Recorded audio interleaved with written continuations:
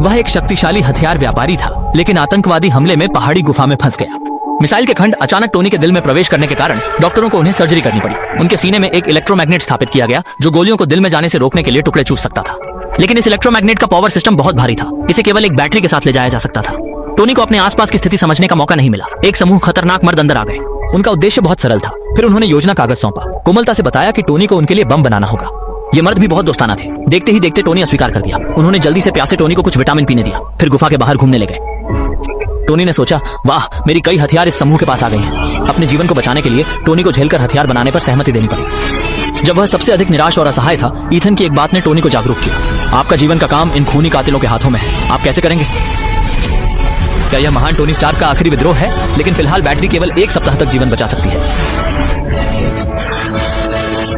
उसने घर के मिसाइल से 1.6 ग्राम रेडियोधर्मी तत्व निकालकर इलेक्ट्रोमैग्नेट की जगह माइक्रो रिएक्टर बनाया, जिससे पहला पीढ़ी रिएक्टर बना। 30 करोड़ जूल ऊर्जा उसे 50 बार जीवित रहने में काफी थी।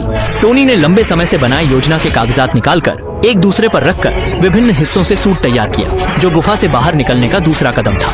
जल्दी ही सूट के विभिन्न हिस्से आकार लेने लगे, लेकिन नेता ने निगरानी में देखा कि कुछ ठीक नहीं है। दाइहे ने टोनी को धमकाया, कल के भीतर मिसाइल को असेंबल करना होगा, अन्यथा वह ईथन की जान लेगा।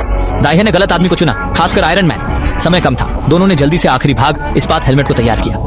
तब उत्साहजनक दृश्य आया। ईथन ने ध्यान से टोनी को इस्पात सूट पहना दिया। वे जानते थे यह जीवन बचाने का एकमात्र मौका है, बीच में कोई गलती नहीं होनी चाहिए।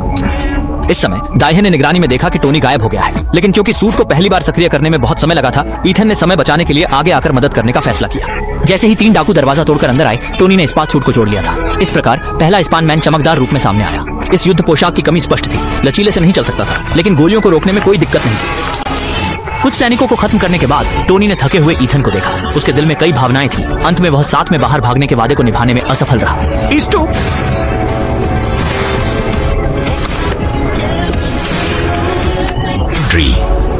ईथन की कुर्बानी ने भविष्य के स्पान मैन को बनाया। टोनी पूरी तरह से क्रोधित हो गया। बिना 2 शब्दों के उसने उन डाकुओं पर बेतुके गोलीबारी शुरू कर दी। इसके बाद टोनी ने हमला करना शुरू किया, सभी हथियारों और गोला बारूद को विस्फोटित कर। उस पल में वह न केवल स्पान मैन था, बल्कि एक योग्य फायरबॉल मैन भी था। गटेलिन की अत्यधिक शक्ति से टोनी ने अंतिम ईंधन का उपयोग कर आसमान में उड़कर मुसीबत से बच निकला। स्पान मैन ने अपने मिशन को समझ लिया। वह गंभीर रूप से संदेह करता था कि कंपनी में अंदरूनी गधेर हैं, इसलिए उसने मिसेस पॉट्स को हाल के लॉर्डिंग लिस्ट की जांच करने कहा। अगर कोई गुप्त सौदा हो तो टोनी हथियार नष्ट कर देगा, लेकिन पॉट्स ने इसे कड़ी असहमति जताई। वह अच्छी तरह जानती थी कि टोनी इससे खुद को नुकसान पहुंचा सकता है। मैं आखिरकार जो करना चाहता था, वह एआई के लिए मेरा दिल टूट रहा था। इस बीच 2 गंजे मुलाकात करने पहुंचे। जब दाइहे ने सूट के अवशेषों को पाया, असली पीछा वाला आदमी स्टैन सामने आया। बदले के रूप में दाइहे ने स्टैन से एक बैच आयरन सैनिकों की मांग की। स्टैन उनकी सहायता के लिए आभारी था, फिर सीधे उन लोगों को मारकर खत्म कर दिया जो उपयोगी नहीं थे, जैसे दाइहे और बाकी।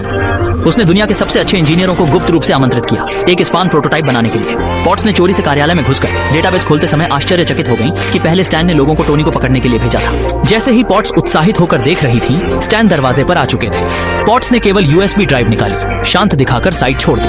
तभी स्टैन ने देखा कि जानकारी चोरी हो गई। जैसे ही मामला उजागर हुआ, वह जल्दी से इंजीनियर को ढूंढता है ताकि सूट परियोजना को आगे बढ़ा सके, लेकिन इंजीनियर बार बार रिएक्टर की समस्या को हल नहीं कर पाया। टोनी स्टार्क एक गुफा में इसे बना सकते थे, स्क्रैप के एक बॉक्स के साथ।